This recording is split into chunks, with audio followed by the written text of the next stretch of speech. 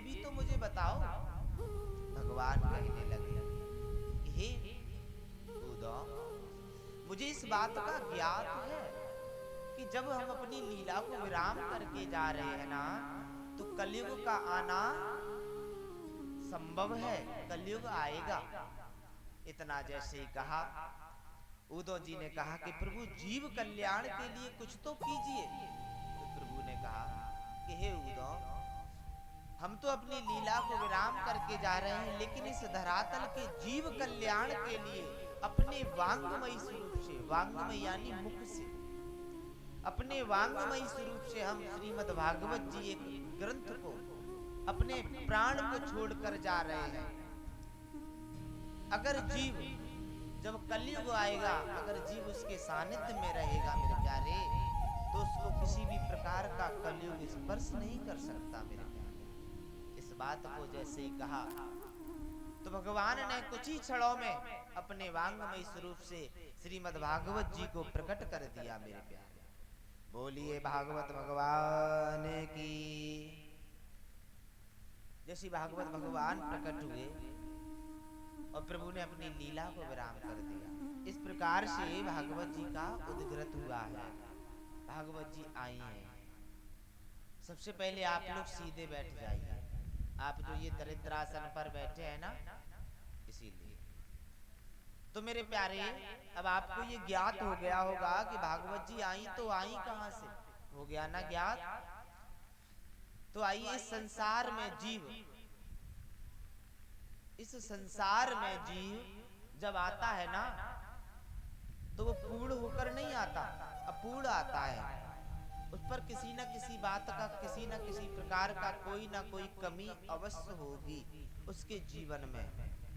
तो कहा जाता है, कोई तन दुखी, कोई मन दुखी, कोई धन बिन रहित उदास, थोड़े थोड़े सब दुखी, सुखी राम के दास। कोई तन दुखी, कोई मन दुखी, कोई धनविन रहित उदास, और थोड़े थोड़े सब दुखी, और सुखी राम के दास। मेरे प्यारे, तन दुखी, तन से दुखी कैसा है जीव। इस संसार में किसी को भगवान ने छोटा बना दिया, तो वो भगवान से कहता है कि हे परमात्मा, अगर मेरी तनिक भी लंबाई बढ़ा देता तो आज मैं सेना में चला जाता। आज मेरे पड़ोसी मुझसे बोना बोना नहीं कहते। इस प्रकार से कोई तन दुखी, कोई मन दुखी, कोई मन से दुखी है।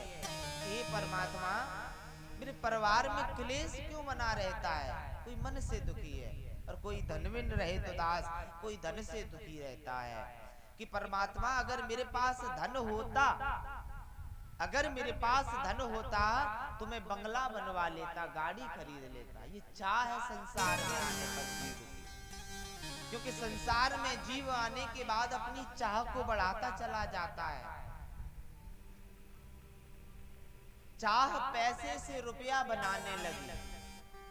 पहले आपके पास कितना आएगा, एक पैसा था। पहले एक पैसा चलता था ना, पहले एक पैसा चलता था, आपने उसको भी एकत्रित किया अपने जीवन में, तो चाह पैसे से रुपया बनाने लगी।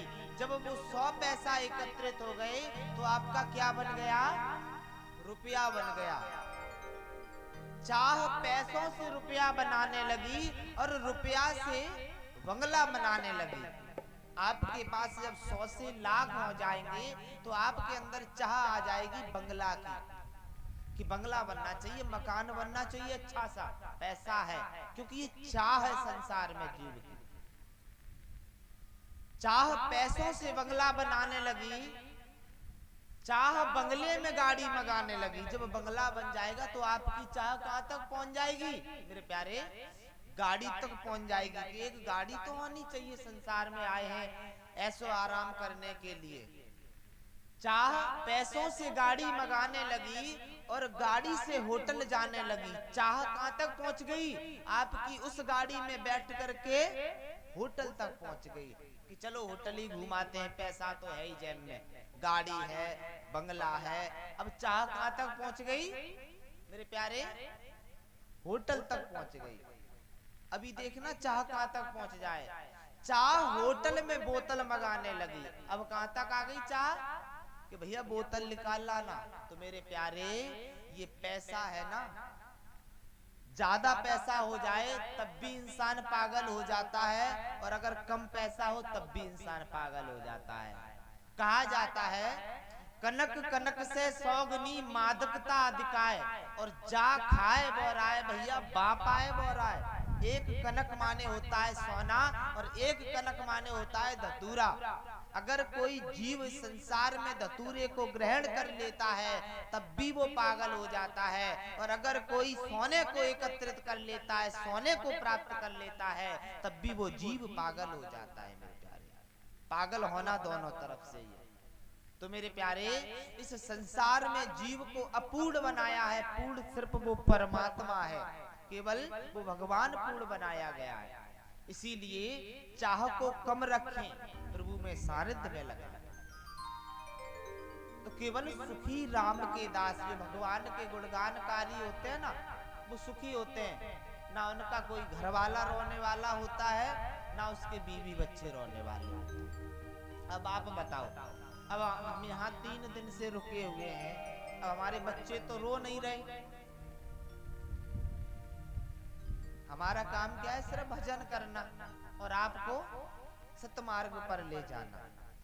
तो उसी प्रकार से सुखी राम के दास, जो परमात्मा के दास होते हैं, जो परमात्मा में अपना चित्त लगा देते हैं, वो ही प्रसन्न रहते हैं। मेरे प्यारे, समझ रहे हैं ना? इसी प्रकार से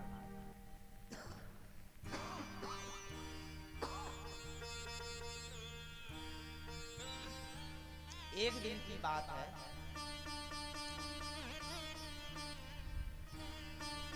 सौनकादिक 88,000 ऋषि, बड़े ध्यान से सुनना समझना। सौनक जी एक है और 88,000 ऋषि 88,000। एक बार सौनक 88,000 ऋषि, उनके मन में विचार आया कि लाइए चलिए भगवान का गुणगान करते हैं। तो भगवान के गुणगान के लिए वो इस धरातल पर पवित्र स्थान ढूंढना प्रारंभ कर, कि कोई पवित्र स्थान मिल जाए जहां बैठ करके हम प्रभु का गुणगान कर सके, प्रभु का मंगल गीत गा सके। तो उन्होंने हर जगह देखा, कहीं नहीं उनको पवित्र स्थान मिला। कहीं मुर्दा गड़े हैं, तो कहीं कुछ हो रहा है, तो कहीं कुछ हो रहा है। इस प्रकार से जब वो सौनकादिक 88,000 ऋषि परेशान हो गए मेरे प्यारे, तो उन्होंने क्या किया? उन्होंने ब्रह्मा जी की तपस्या की, ब्रह्मा जी को प्रसन्न किया। ब्रह्मा जी से कहा कि हे ब्रह्मा जी, मुझे स्थान बताओ, कोई ऐसा पवित्र स्थान जहां बैठ करके हम प्रभु का गुणगान कर सके। क्या बताओ? पवित्र स्थान बताओ मुझे। अब आप लोग स्वयं समझिए, आप यहाँ बैठ करके जो कथा सुन रहे हैं ना, ये कोई साधारण जगह नहीं होगी। यहाँ भी कई युगों पहले, पता नहीं सतयुग में, त्रेता में, द्वापर में, किसी न किसी युग पुरुष ने, किसी संत पुरुष ने यहाँ यज्ञ किए होंगे, तभी जाकर के आज भागवत जी यहाँ विराजमान हुई है। मेरे प्यारे, भागवत जी विराजमान हुई। तो यही है मेरे प्यारे, वो सौनकादिक